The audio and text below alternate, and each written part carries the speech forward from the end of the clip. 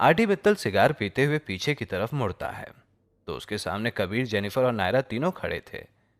कबीर कुछ कहता उससे पहले ही जेनिफर ने अपने कदम आगे बढ़ाते हुए आरडी मित्तल से पूछा, आरव कहाँ है?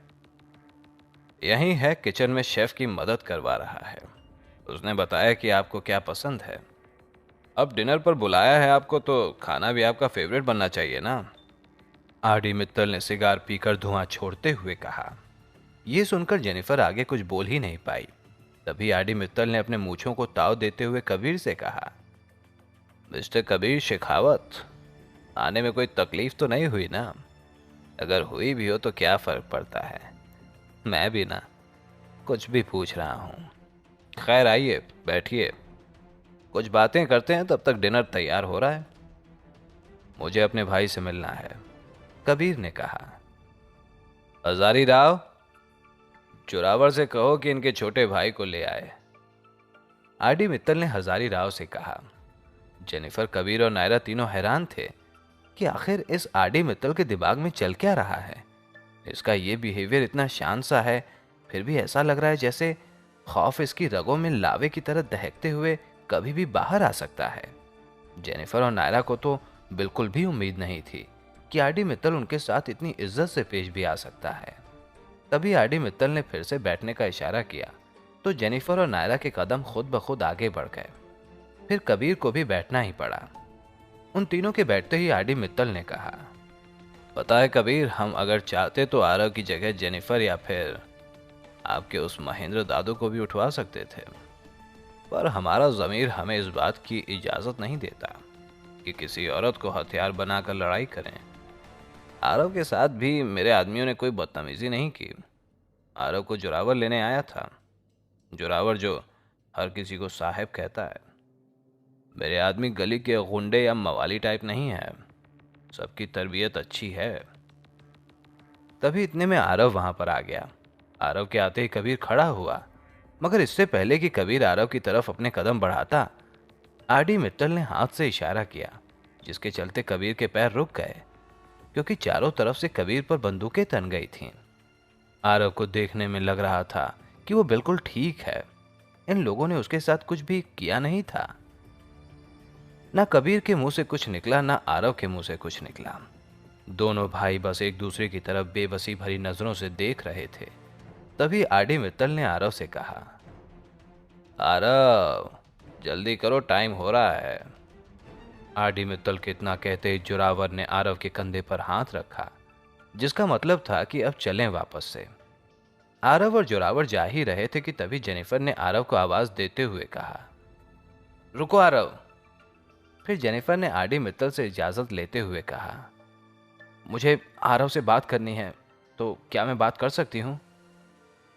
बिल्कुल, आरडी मित्तल ने कहा और फिर इशारे से जोरावर को कुछ कहा, जिसका मतलब जोरावर बखूबी समझ गया था।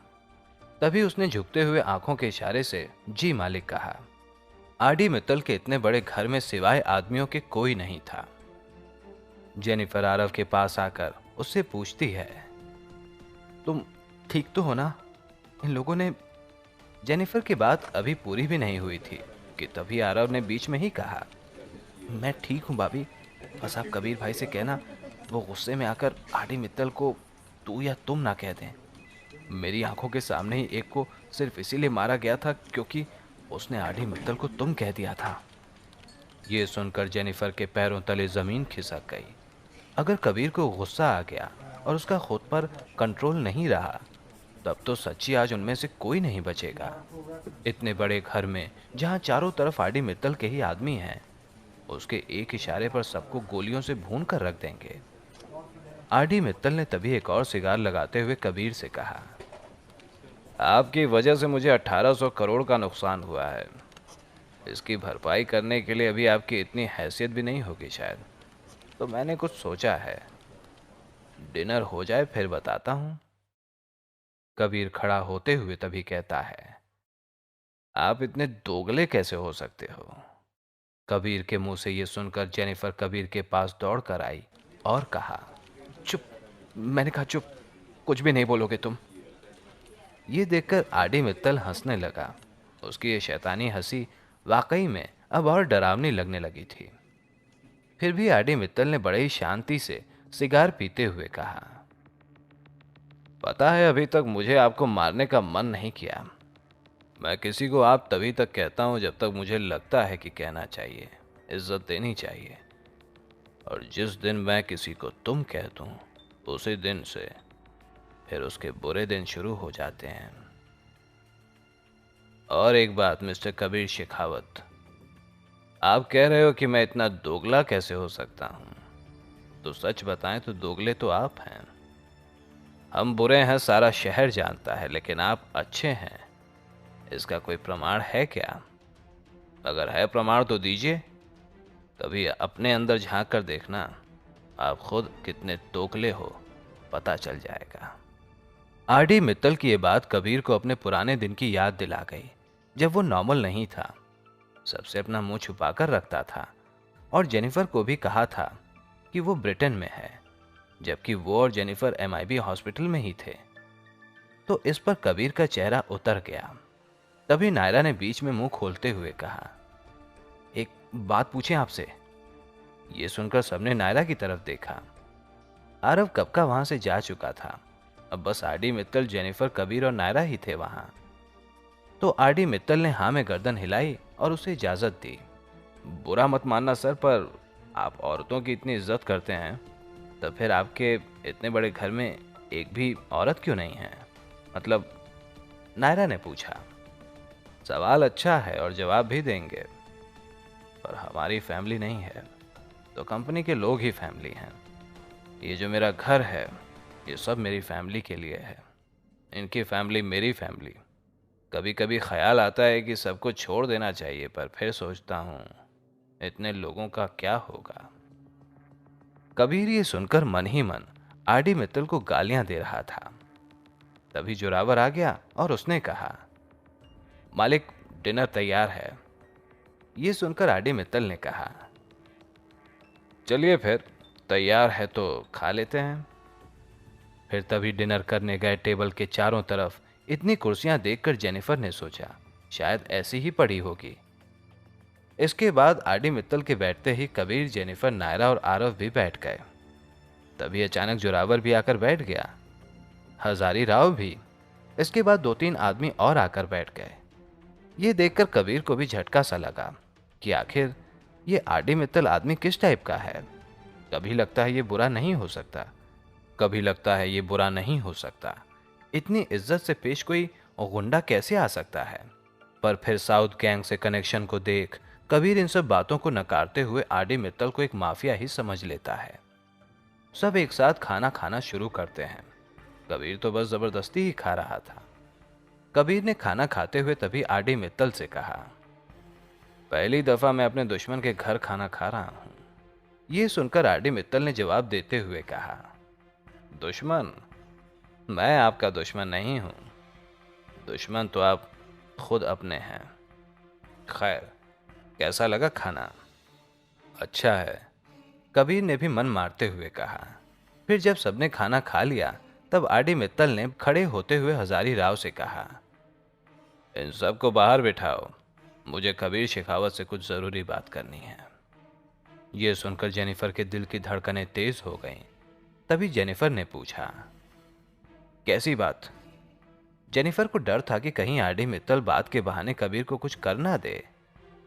आरडी मित्तल कोई जवाब नहीं देता, पर तभी कबीर कहता है, तुम सब बाहर बैठो। कबीर के कहने पर आरव, जेनिफर और नायरा तीनों उसी जगह पर आकर बैठ जाते हैं। जेनिफर का दिल तो बिल्कुल नहीं कर रहा था, पर फिर भी उसने कबीर के कहने पर ऐसा किया। उन सब के जाते ही आरडी मित्तल ने कबीर से कहा, बहुत तकलीफ हुई ये देखकर कि एमके केमिकल फैक्ट्री के माल को तुमने जलाया, पर फिर भी तुम्हें मारूंगा नहीं। ये सुनकर कबीर को समझ आ गया था कि आखिर ये डिनर किस लिए रखा था। पर तभी कबीर के दिमाग में आया कि आरडी मित्तल ने उसे यहां रोककर जेनिफर, नायरा और आरव को तो कहीं मारने का हुक्म तो नहीं दे दिया। कबीर ने तभी गुस्सा करते हुए कहा, आप इतना नहीं गिर सकते। बाहर मेरी फैमिली के साथ अगर कुछ भी हुआ तो उन्हें कुछ नहीं होगा, लेकिन अब तुम सुनो, तुम्हारे बुरे दिन शुरू हो चुके हैं। तुमने मेरा 1800 करोड़ का नुकसान कराया है, तो जब तक तुम रोड पर नहीं आ जाते तुम्हें मारूंगा नहीं। तुम्हें मारना होता तो उसी दिन मार देता जब तुम्हारी कार का भरता बनवाया था, पर अब तुमसे तुम्हारा सब कुछ छीन लूंगा। मोहब्बत, इज्जत, दौलत, सब कुछ। जिस देश प्रेम के लिए तुमने ये सब किया है, अब उसी देश के लोग तुम्हें गद्दार ना कहें तो बताना। जेनिफर पहले से ही हर रोज करोड़ों के लॉस में जा रही है। उसकी सारी डील्स मित्तल ग्रुप के पास आ रही है, और अब से तुम। आरडी मित्तल ने अपनी आवाज में वजन लाते हुए कहा। इतनी देर से शांत बैठे कबीर ने भी आखिरकार जवाब देते हुए कहा, मैंने वही किया जो मुझे ठीक लगा, जो मेरी ड्यूटी थी, और इस देश के लिए ऐसे 100 कबीर कुर्बान होंगे तो भी कुछ नहीं। रही बात मुझे रोड पे लाने की, तो एक बात आप भी समझ लो, मैं मिट्टी से बना हुआ आदमी हूं और मिट्टी में मिलने वाला हूं। बीच में जो कुछ भी है वो बस मेरे रूप है। तो इस चीज का मुझे ना कोई डर है और ना ही कोई मलाल होगा। आप बेशक वो कीजिए जो आपको ठीक लगे, मैं बस वही करूंगा जो मेरे देश के लिए सही होगा। कबीर ने अब अपना गुस्सा कंट्रोल करके सही मौके पर जवाब देना सीख लिया था। आखिर क्या होगा अब? आरडी मित्तल का ये ओपन चैलेंज कहीं कबीर पर भारी तो नहीं पड़ जाएगा, या उसे कबीर देगा टक्कर उस मुकाबले में? कबीर ने अपनी जेब से सिगरेट का पैकेट निकालकर उसमें से सिगरेट निकालकर लाइटर से जलाते हुए आगे कहा, पहले मैं सिगरेट नहीं पीता था, या पीता भी था तो बहुत कम, पर जब से तुम्हारे केस पर काम करने लगा हूं तो बहुत ज़्यादा टाइम हो जाता है तो पी लेता हूं। तो अगर तुम मुझे बर्बाद करना चाहते हो तो इसमें बुरा कुछ नहीं है, पर ऐसा होगा नहीं। जहां तक मैं जानता हूं तुम ज़्यादा दिन तक एमके फैक्ट्री वाली बात अपने लोगों से छुपा नहीं पाओगे। जब उन्हें पता चलेगा कि अब तक जितना माल इंडिया में आया था सब जलकर राख हो चुका है, तो सोचो तुम पर कितना प्रेशर पड़ेगा। पर इससे भी तुम्हें ज़्यादा कुछ फर्क नहीं पड़ेगा, क्योंकि जिस तरह के तुम आदमी हो, लोग तुमसे ऊंची आवाज़ में बात ही नहीं करेंगे। मुझे अच्छा लगा तुम्हारा ये कॉन्फिडेंस देखकर, और अब तुम भूल रहे हो जिस सिस्टम से तुम तनख्वाह पाते हो, हम उसी सिस्टम के माई बाप हैं। तुम सोच भी नहीं सकते इतना बुरा तुम्हारे साथ होगा। आरडी मित्तल ने भी सिगार पीते हुए कहा। कबीर अपनी सिगरेट खत्म करके उसे पैरों तले कुचलकर आरडी मित्तल से कहता है, तुम आदमी बड़े कमाल के हो। मतलब कौन अपने दुश्मन को पूरी फैमिली के साथ डिनर पर बुलाता है? अगर तुम एक बिजनेसमैन होते, सिर्फ बिजनेसमैन, तो मैं तुमसे दोस्ती जरूर करता, पर तुम हो नहीं। हाँ, लेकिन हमें बड़ा अच्छा लगा तुम्हारी आंखों में खौफ देखकर। खैर, अब तुम जा सकते हो, आरडी मित्तल ने कहा। आरडी मित्तल इतना कहकर अंदर की तरफ चला गया तो कबीर भी वहां से बाहर आ गया। कबीर के आते ही जेनिफर कबीर के गले आ लगी। फिर हजारी राव उन चारों को वापस बाहर तक छोड़ने आया, लेकिन इस बीच भी कबीर को छोड़कर सबको डर था कि कहीं अब यह फायरिंग न कर दे। पर ऐसा कुछ हुआ नहीं। कबीर अपनी कार निकालता है जिसमें सभी बैठकर घर आ जाते हैं।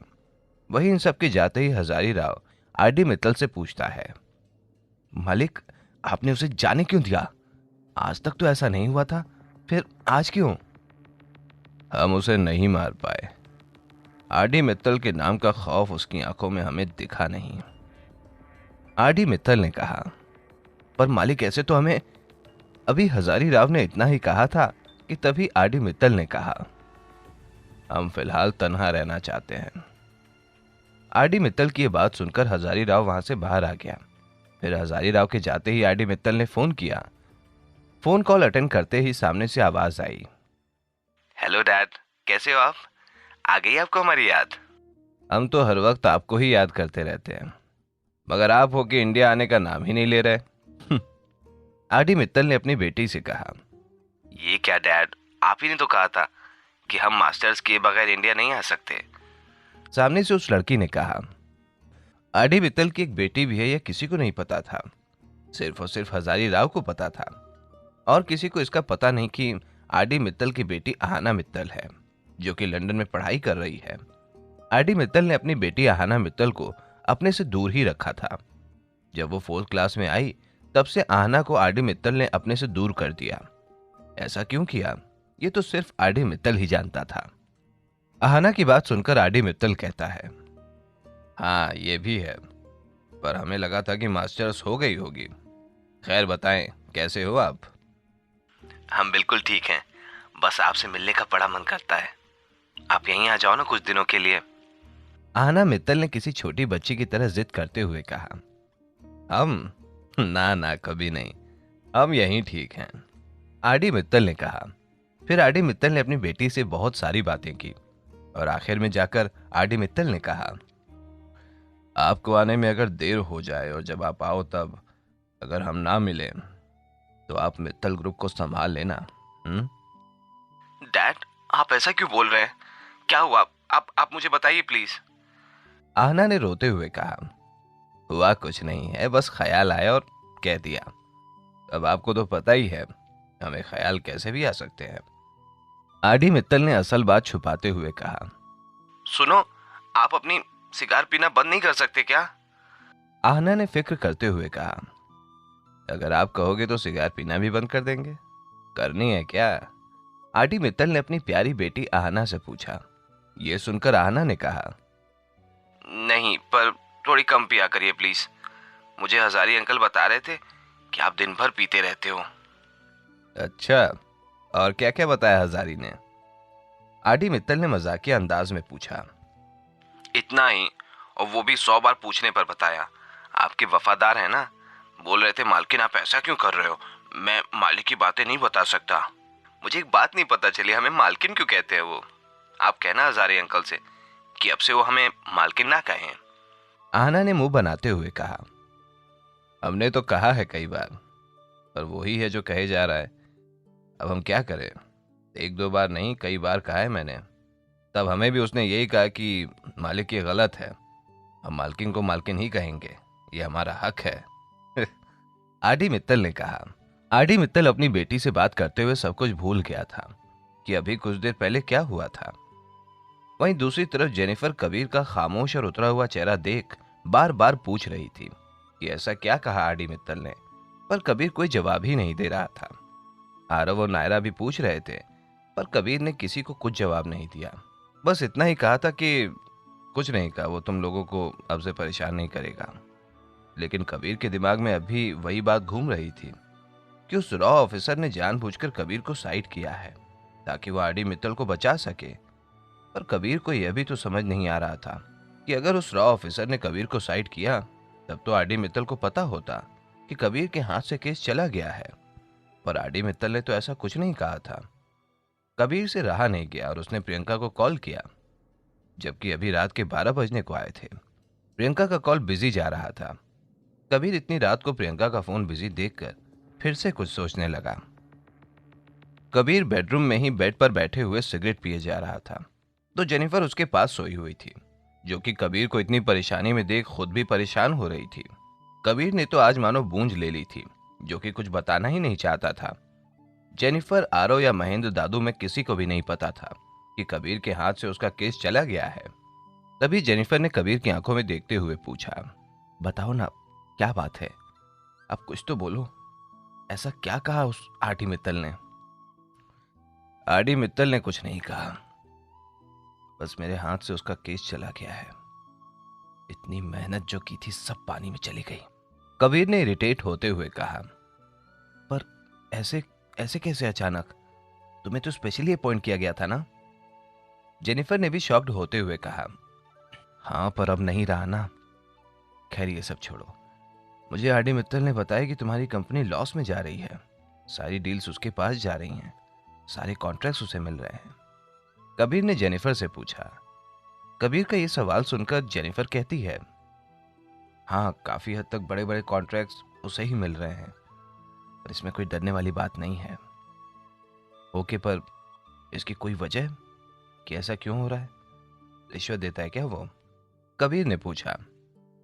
मुझे जितना पता है ये सब उसके नाम के चलते हो रहा है, और तो और उसका काम भी वाकई में अच्छा है।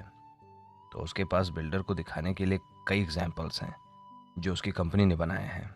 जेनिफर ने कहा, इसका क्या मतलब? तुम भी तो इतना अच्छा कर ही रही हो ना? कबीर ने जेनिफर की बात सुनकर कहा, हाँ, पर थोड़ा टाइम तो लगेगा ना ट्रस्ट बिल्ड करने में। वो इस फील्ड में इतने सालों से है।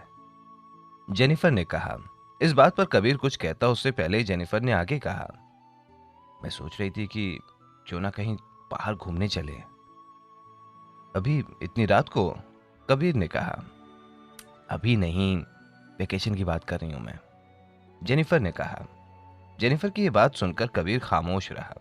कबीर को समझ नहीं आ रहा था कि इस पर वो क्या रिएक्ट करे। ऐसे ही कुछ भी जवाब देकर कबीर जेनिफर का दिल नहीं तोड़ सकता था। आखिर कितने वक्त बाद जेनिफर ने कबीर से कहीं चलने को कहा है। लेकिन दूसरी तरफ ये भी तो है कि अभी इस वक्त वेकेशन पर कैसे जा सकता है वो, ये जानते हुए भी कि आरडी मित्तल अब जंगली शेर की तरह कभी भी शिकार कर सकता है। और तो और रॉ की एंट्री से कबीर के हाथ से केस अलग से चला गया। प्रियंका जिसने कहा था कि वो मीटिंग से आकर बताएगी कि क्या बात हुई उस रॉ ऑफिसर और उसके बीच, पर बताने की बजाय प्रियंका का तो फोन ही बिजी बता रहा है। कबीर के लिए आज का दिन शनि बनकर उगा था शायद, जो सुबह से ही उसकी मुश्किलों में इजाफा कर रहा था। रॉ ऑफिसर का कबीर को केस से बाहर निकाल देना, इधर आरडी मित्तल को एमके केमिकल फैक्ट्री में आग किसने लगाई पता चल जाना, और कबीर को खुली धमकी दे देना कि अब से उसके बुरे दिन शुरू। और ऐसे में वेकेशन, कुछ भी नहीं कहा जा सकता कि कबीर अब क्या करेगा।